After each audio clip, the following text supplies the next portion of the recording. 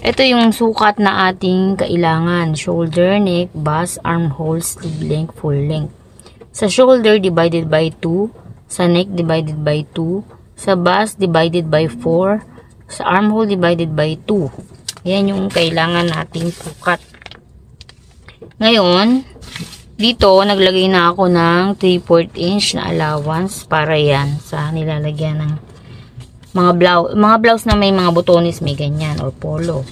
Then, kunin natin yung kalahati ng shoulder mula dito sa guhit natin papunta sa kaliwa or kanan. Ayan, shoulder din, 2 1/2 din magmark tayo. Sa 2 1/2, iangat natin sa 1 inch. Then, ibaba natin siya sa kalahati ng shoulder. Ayan, yan ang ating magiging back shoulder. Then, ito, back neck. Curve natin yan. Pagka-curve niyan, kunin natin yung 1/4 ng bust line dito, mula dyan, pababa. Ayan, 7. Then, papunta dito sa,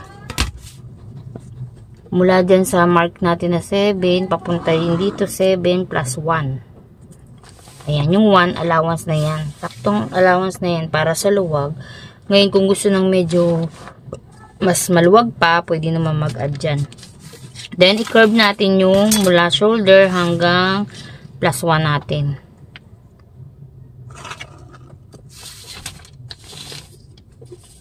Tapos, kunin natin yung full length niya. Ang full length nito ay 19. Then, guhitan natin yung 19 papunta dito. Kung anong sukat nito na 7 plus 1, ganun din dito. 7 plus 1. 8. Mag-marking dyan. Then, connect natin dito. Pababa. Dito, kukunin na natin yung magiging pleats niya. Meron siyang pleats dito sa kalahati ng 8/4. Then, atras natin sa 3/4. Then, sa kabilaan niya. May 3/4 kabilaan.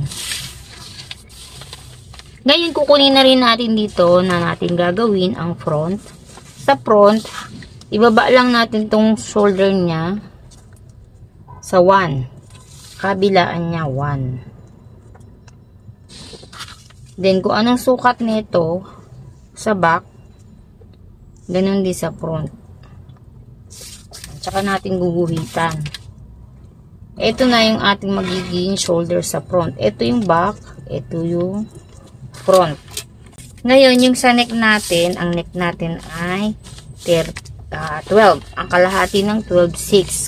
Susukatin muna natin to hanggang saan yung back neck. Then, idudugtong natin ang front. Ang sukat ng neck ay 12. Ayan, kunin natin muna yung 6. Ayan, doon sa neck natin, kung hanggang saan ibababa natin sa 1 1/2. Then, doon sa binaba natin 1 1/2, i-connect natin ang shoulder ng front ng paslant. Ito may parang pa-curve lang ng konting-konti. Ayan. Tapos, etong minarkahan natin sa neck, guhitan lang natin yung papasok kasi yan yung palatandaan natin ng paglalagyan natin ng para siyang tapal sa loob. So, meron na tayong back neck at front neck. Dito sa armhole, sa kalagitnaan nitong back armhole natin ay ipasok natin sa 1/2 inch. Then, i-curve natin, i-connect natin mula shoulder ng front papunta sa kilikili niya. Ito na ating back armhole, ito yung front. Ay, gugupitin ko muna to bago tayo gumawa ng collar at armhole. Sakto lang yung gupit natin para sa pagtabas na lang tayo maglalagay ng sewing allowance. Ngayon gagawin natin yung sleeve. Sa sleeve, kunin natin muna yung full length or length ng ating sleeve. Ang length ay 6 and 1/2. 6 and 1/2. Tapos dito sa kabila niya, ito yung 6 and 1/2. Kunin mo yung 1/4 ng bus. Ito 7. Mag-mark lang tayo sa 7. Then ipasok natin sa bibig na pala ako. I'm so sorry. Kalahati ng 7, 3 and 1/2. Mula dito sa kanto, papunta sa 7 or kalahati ng 7,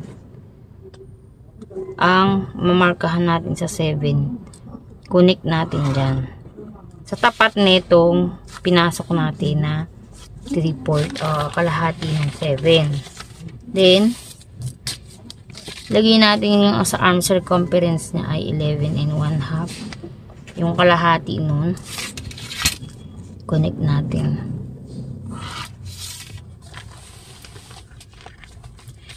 Dito, i-curve lang muna natin. Hatiin natin ito sa gitna. Ayan. Tapos, i-curve natin ito nang hindi ganun kalalim yung curve niya. Ito mula sa taas ng sleeve. Then, dito ay ayan. Sukatin natin ito. Dito tayo magsusukat kung ilang inches ito sa back, then sa front.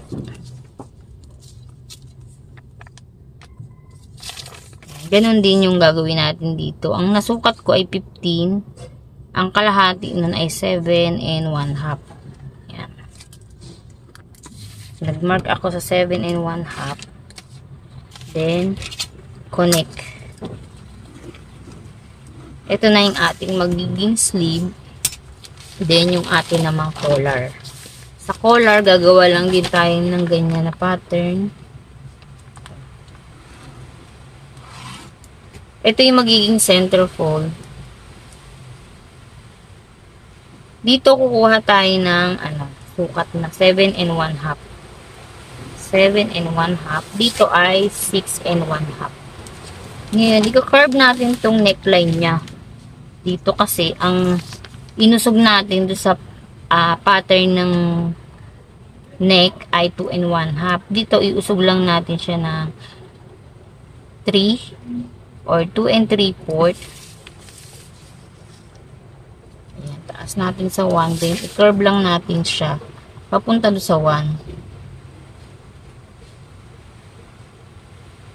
Tapos, ang neckline natin ay 12. Tapos, susukatin natin itong neck kung ilang inches ito. Ayan, kasi yung neck natin 12 pero binaba natin eh. Magiging 7 and 1/2 ang kalahati. Ayan. Sa 7 and 1/2, sukatin natin dyan. Then, mag-mark tayo kung saan yung 7 and 1/2. Hindi natin siya masyadong niliko kasi ano lang siya, parang magbibinik lang yung ating collar. Kaya parang paganyan lang siya.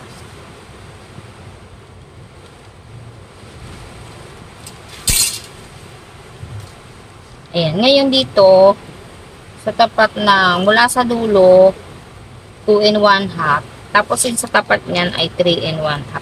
Ganyan pa-curve ang ating gagawin.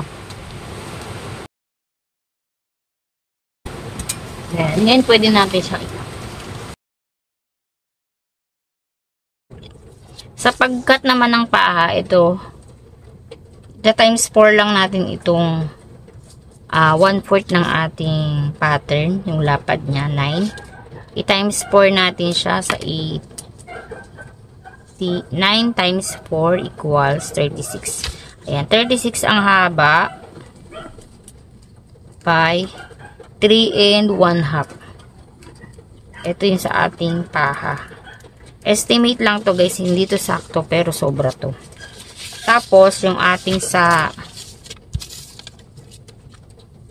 dito, kasi meron siyang paha din, pero may bias siya.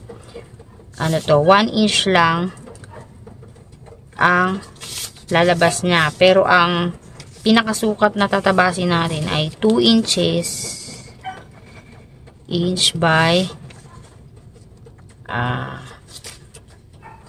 yung kalahati 6 1/2, ang times 2 ay 13 pero gawin na natin siyang 14 yan. 2 by 14 inches yung pinakapahan niya nalalagyan ng bias. Ngayon, pakita ko sa inyo kung paano natin siyang ikakat.